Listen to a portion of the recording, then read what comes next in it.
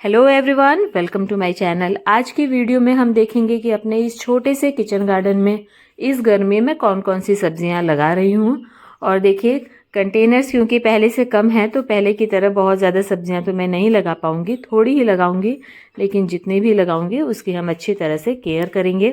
और वैसे भी गर्मियों के लिए तो ठीक ही है, क्योंकि गर्मियों में बहुत ज़्यादा केयर नहीं हो पाती है, तो थोड़े से कंटेनर से ठीक है। तो चलिए शुरू करते हैं।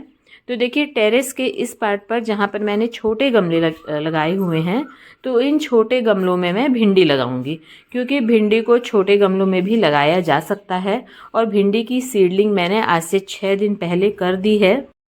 इन गमलों की मिट्टी मेरे पास पहले से ही तैयार थी, इसलिए मैंने 5-6 दिनों पहले इनमें सीडलिंग कर दी थी। और भिंडी के आप हाइब्रिड सीड्स लीजिए, और इनकी मैं पहले से पौध तैयार नहीं कर रही हूँ, डायरेक्ट बीज डाल रही हूँ। और मैं ज़्यादातर डायरेक्ट बीज डालना ही पसंद करती हूँ, और ख़ासकर गर्मी में तो, क्योंकि गर्मी में जब हम इन्हें ट्रांसप्लांट करते हैं बड़े कंटेनर में, तो ज़्यादा गर्मी होने की वजह से, कई बार ट्रांसफ़र शॉक की वजह से भी प्लांट हमारा ख़राब हो जाता है। तो डायरेक्ट सीड्स डालिए। तो मैं तो इसी तरह से डालती हूँ, आधा आधा इंच की गहराई में आपको सीड्स को दबाना है। और इस एक टब में मैं 3 पौधे रखूँगी, लेकिन सीड्स मैं हमेशा ज़्यादा डालती हूँ, क्योंकि सारे के सारे पौधे निकलते नहीं हैं। कुछ बीज खराब हो जाते हैं, और जो निकलते हैं उनमें से हम हेल्दी 3 पौधे इस बड़े टब में रख के, और बाकी के पौधे मैं निकाल दूँगी। 3 से 4 पौधे मैं इसमें रखूँगी। और भिंडी लगाने से पहले इस बात का ध्यान रखें आप कि भिंडी हमेशा ज़्यादा मात्रा में लगाएं। मतलब अगर आपकी 3-4 लोगों की छोटी फैमिली है, तो भी आप भिंडी के 15 से 20 पौधे ज़रूर लगाएं, उससे कम ना लगाएं। नहीं तो फिर तो कम से कम 15 से 20 प्लांट्स लगाएंगे, तभी आप सब्जी बनाने जितनी भिंडी हार्वेस्ट कर पाएंगे। अब देखते हैं कि किस साइज़ के गमले में मैं भिंडी के कितने पौधे रखूंगी। तो यहाँ पर जो ये 13-13 इंच के तीनों गमले हैं, इसमें मैं 2 पौधे रखने वाली हूँ। और इस तरफ जो ये टब हैं, ये 3 प्लास्टिक के और एक ये सीमेंट वाला है। इनकी चौड़ाई ज़्यादा है, तो इनमें मैं करीब 3 से 4 पौधे रखूंगी। और करीब देखिए, 5-6 दिन पहले मैंने सीडलिंग की थी, तो अभी बीज अंकुरित भी होने लगे हैं। देखिए, पौधे बाहर आने लगे हैं। 2-3 दिनों में सारे बीज अंकुरित हो जाएंगे। और इस तरफ जो छोटे गमले हैं, देखिए ये 9-10 इंच के गमले में हैं, इनमें मैं एक एक पौधा रखूंगी। 2 गमले इस तरफ रखे हैं, लेकिन सीड्स मैंने ज़्यादा डाले हैं। हमेशा आप ज़्यादा सीड्स डालिए, क्योंकि सारे के सारे नहीं निकलते हैं, और जितने भी निकलेंगे उसमें से जितने हमें चाहिए उतने हेल्दी पौधे रख के बाकी के हम निकाल देंगे। तो भिंडी हो गई। और अब इस तरफ देखिए, ये पुदीने का कंटेनर है जो मैंने फिर से क्लीन किया है। पुदीने की पुरानी जड़ें निकाल दी थी, और अब देखिए ये पुदीना हमारा फिर से नया ग्रो होने लग गया है गर्मी में। जैसा कि हर सीज़न में मैं पुदीने को फिर से ग्रो करती हूँ पुराने पौधों से ही। और ये इस तरफ ये सारे कंटेनर्स में स्ट्रॉबेरीज़ लगी हुई हैं। और अभी जब गर्मी तेज़ हो जाएगी, तब ये सारे स्ट्रॉबेरीज़ के गमले में थोड़ी सी छाया में रख दूँगी। और अब शुरू करते हैं इन बड़े गमलों से।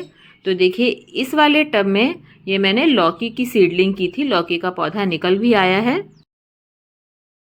लौकी का इस टब में मुझे एक पौधा रखना है, लेकिन मैंने 4 बीज डाले थे, और देखिए 2 पौधे निकल आए हैं। तो एक जो ये हेल्दी पौधा है बड़ा वाला, इसे रख के मैं ये दूसरा वाला निकाल दूंगी, क्योंकि ज़्यादा दिन तक इसे लगे रहने दो तो ये बेकार में मिट्टी का न्यूट्रिशन लेगा। तो जब मुझे एक ही रखना है, तो ये छोटा वाला मैं निकाल रही हूँ, और इस एक को हम बढ़ने देंगे। अब इसके बाद बारी आती है इन ग्रो बैग्स की। देखिए, ये 2 ग्रो बैग हैं, और इनमें मैंने खीरे की सीडलिंग की है। और इसमें मैं खीरे के 2-2 बेल रखने वाली हूँ। और लगभग 2 दिन पहले ही मैंने खीरे की सीडलिंग की थी, और देखिए ये पौधे बाहर भी आने लगे हैं। मैंने बीजों को पहले अंकुरित कर लिया था, और उसके बाद मैंने इसमें इन्हें बो दिया था। और इसमें भी मैंने 4-4, 5-5 बीज लगाए हैं, और सिर्फ 2 हेल्दी पौधे रख करके बाकी के हम निकाल देंगे। तो खीरे की भी हो गई सीडलिंग। और अब बारी आती है इन बड़े कंटेनर्स की, इस वाले ड्रम की। इस साइज़ के ड्रम में मुझे लग रहा है कि 4 बेलें आराम से ग्रो हो जाएंगी। तो इस ड्रम में मैंने सोचा है कि मैं 3 लौकी की बेलें लगाऊंगी, और एक मैं लगाऊंगी 3 तोरई की लगाऊंगी, और एक लगाऊंगी लौकी का, क्योंकि एक दूसरे ड्रम में भी मैंने लौकी का पौधा लगा दिया है। तो एक बेल उसमें होगी, और एक बेल इसमें होगी, और 3 बेल मैं इसमें लगाऊंगी तोरई की। तो ये देखिए, मैंने बीजों को पहले अंकुरित कर लिया था, और 5-6 बीज मैं लगा दूंगी। तो 3 पौधे रख के बाकी के हम हटा देंगे।